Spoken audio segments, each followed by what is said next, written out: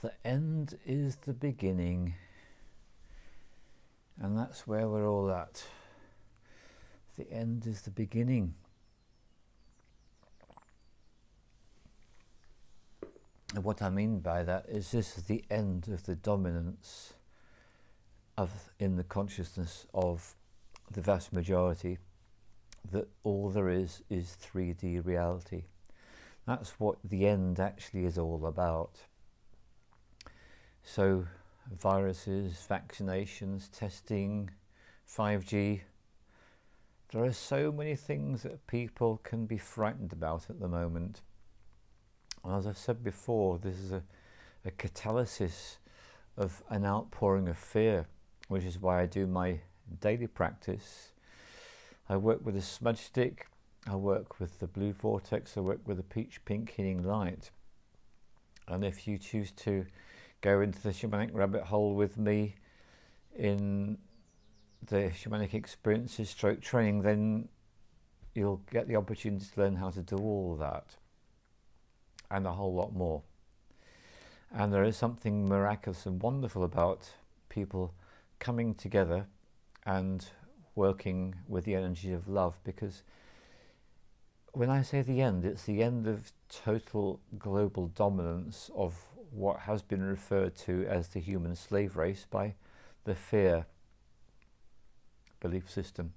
That's what we're witnessing, which is why the Great Awakening is such a beautiful term to use to describe it, because when things never seem bleaker, that's when opportunity really presents itself.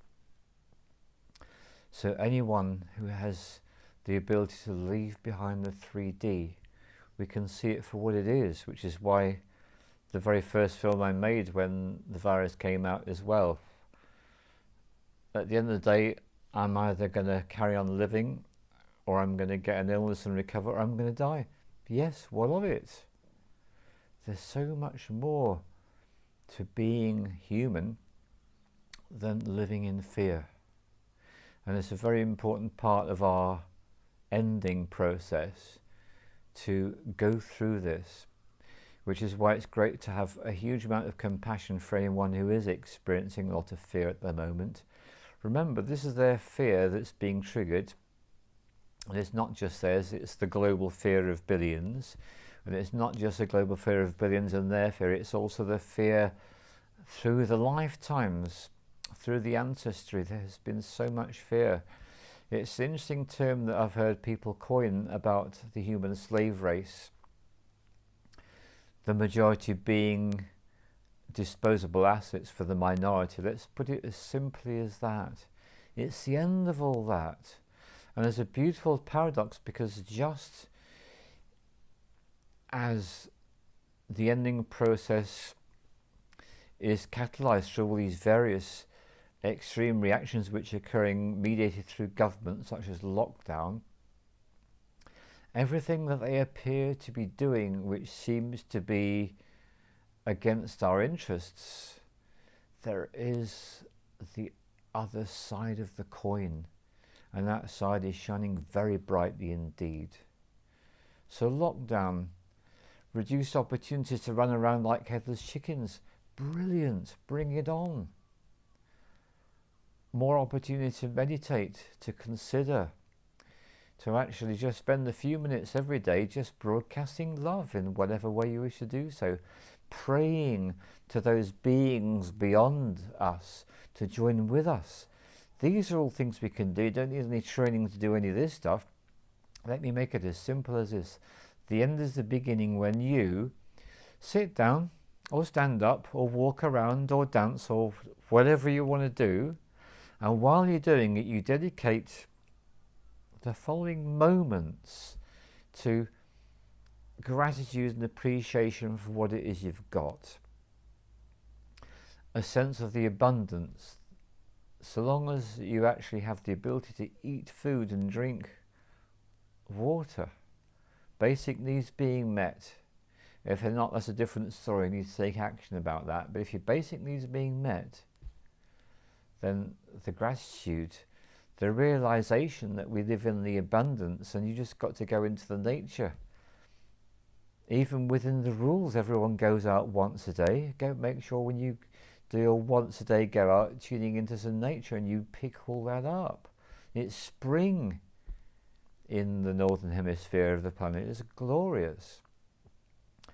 And then using the gratitude as your platform to meditate, pray, ask, commune, tune in, whatever words you want to use, with higher powers, with other beings, and tune into love and be in that state of loving appreciation. That's how we get through this. That's how the end is the beginning. That's how what appears to be economic catastrophe will result in something extraordinary and beyond my immediate capacity to understand with my rational mind. That's great. That's wonderful, because left brain, very limited, right brain, vast. Put the two together, you've got a human being capable of all sorts of miracles and magic. Letting go of the old belief systems, that's a great place to start. And my last point is letting go of routines.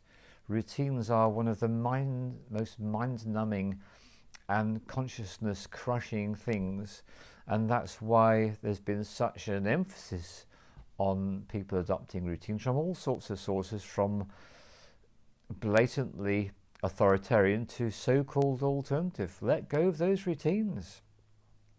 There are certain things we need to do. We need to have a heart beating. We need to have a functioning nervous system. We need to do all sorts of things. We need to go to the toilet. These are all things that need to happen. And then you've got the wonderful bridge, which is the breath. The breath can either be automatic, out of your conscious control, or you can take conscious control of your breath. Powerful place, the breath. And then there's all the other things that we might choose to do. Meditate, go for a walk, listen to some music, sing, whatever that come under our conscious choice. Having a shower or a bath or some way of washing, all these things. Make sure that you do them in a playful way. And if you're used to having a shower at a certain time every day, well, I'm not advising you to stop showering, but just have it at different times a day.